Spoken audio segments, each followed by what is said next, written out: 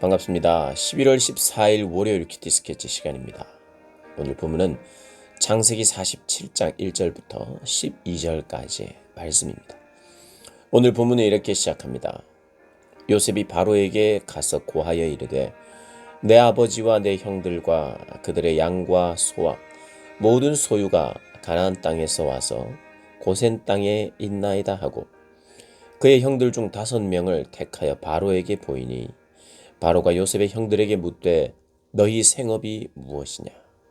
그들이 바로에게 대답하되 종들은 목자이온데 우리와 선조가 다 그러하니이다 하고 오늘 본문은 이제 형 5명의 형제가 바로를 만납니다. 앞서 요셉이 형들하고 이야기했던 것처럼 이들이 유목민이기에 목축을 하면서 살기 좋은 땅이 고센 땅이라고 이야기하는 것이 좋겠다고 말했지요. 바로가 너희들이 어디서 왔느냐 무엇을 하느냐 물을 때에 그런 대답을 하지요. 우리의 생업이 목자다. 그래서 가나안 땅에 기근이 심하여 종들이 양떼를 칠 곳이 없어서 이곳에 거류하러 왔다. 원하건대 고센 땅에 살게 해달라. 이렇게 이야기를 하죠. 그래서 애굽 온 땅이 네 앞에 있으니까 좋은 곳에 네가 거주하라. 그래서 고센 땅에 거주를 하게 됩니다.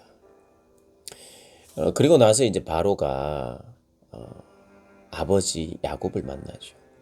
야곱과 바로의 만남입니다. 가장 어떻게 보면 가장 강대국의 한 임금이요 왕입니다. 통치자예요. 그 앞에서 야곱은 적절한 예의를 갖추고 있지만 뭔가 두려움이 없는 뭔가는 좀 당당한 그런 모습이 그의 이야기 속에 나타납니다.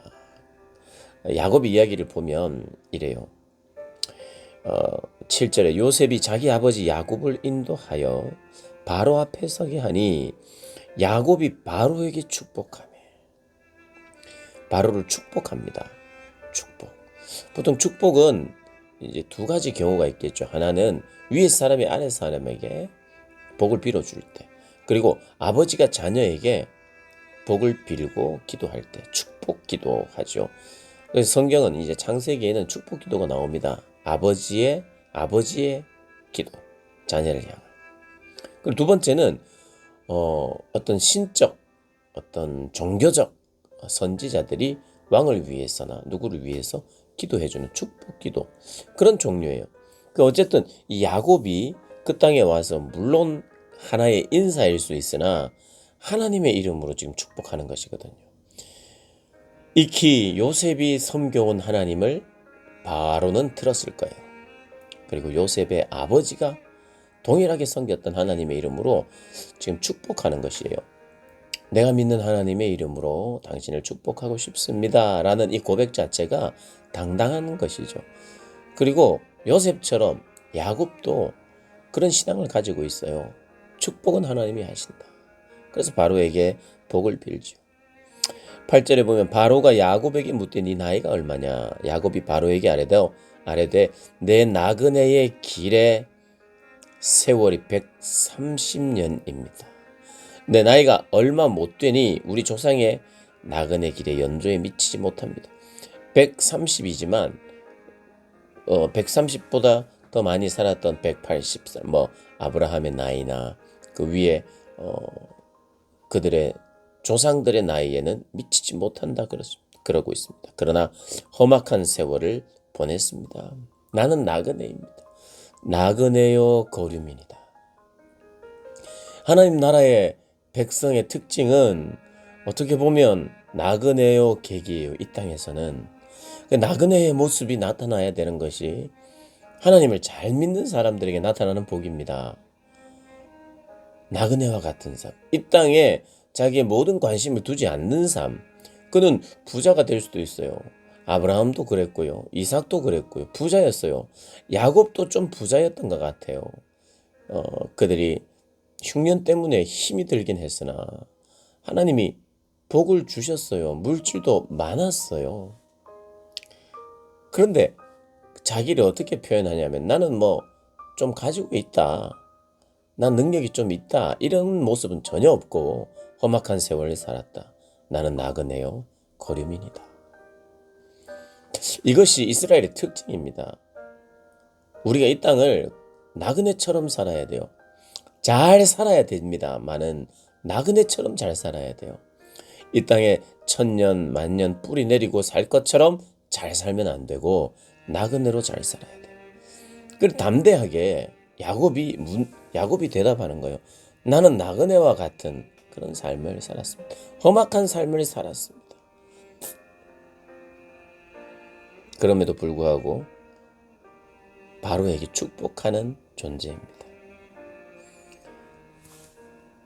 물론 이 야곱이요, 기근 때문에 이주하게 되었으나, 기근을 통해서라도 하나님은 약속을 이루어 가시는 하나님이세요. 어쩔 수 없이 할 수만 있었으면 기근이 없었고, 할 수만 있었으면 그 땅에 계속 살면 좋은데, 기근으로 인해서 애굽으로 가게 돼요. 그리고 그 기근으로 말미암아 가게 된 그곳에 400년이나 사는데 그것도 종살이를 합니다. 제일 처음에 요셉이 했던 삶과 똑같아져요. 종살이. 그리고 나서 그게 하나님의 뜻이었어요. 그리고 종살이하는 400년이 어쩌면 더 큰 민족이 되도록 하는 하나님의 힘들긴 했으나 보호처와 같은 곳이었죠. 결국 하나님이 약속을 이뤄가는 그 하나의 길목에서 요셉의 가족이, 야곱의 가족이 다 이렇게 애굽 땅으로 오게 되는 것이 오늘 본문입니다. 오늘 본문을 이렇게 좀 보면 나그네, 객, 그렇게 사는 정체성을 가진 사람들로 살았죠. 그러면 이스라엘은 어떤 사람들에 대한 이해가 깊겠습니까? 나그네와 객들. 그리고 예전에는 나그네, 객이 되거나 혹은 고아가 되거나 혹은 과부가 되는 사람들. 전쟁으로 인하여 과부가 생기고 그냥 고아가 생기는 이런 상황을 전쟁 때는 경험을 했어요. 이스라엘은 고아든 객이든 과부든 그들을 공통적으로 우리가 책임을 져야 된다는 책임의식이 있습니다. 나그네로 살면서. 그러니까 우리가 이 땅에 나그네의 심정을 나그네가 안다고, 내가 나그네처럼 살아야 이 땅을 나그네로 살아가는 또 다른 사람들, 고아가 과부들을 돌볼 수 있어요. 이스라엘을 하나님께서 그렇게 살도록 하시고 인도하시면서 결국에는 고아와 과부들을 책임질 수 있는 자들로 세워가십니다. 우리도 마찬가지죠. 더 많은 사람들을 품고 그들의 마음을 알고 이해하고 공유하기 위해서 때로는 우리 삶 가운데 고난과 힘든 삶, 나그네 같은 삶 허락하실 때가 많이 있습니다. 그 이유는 그런 사람들을 품으라고.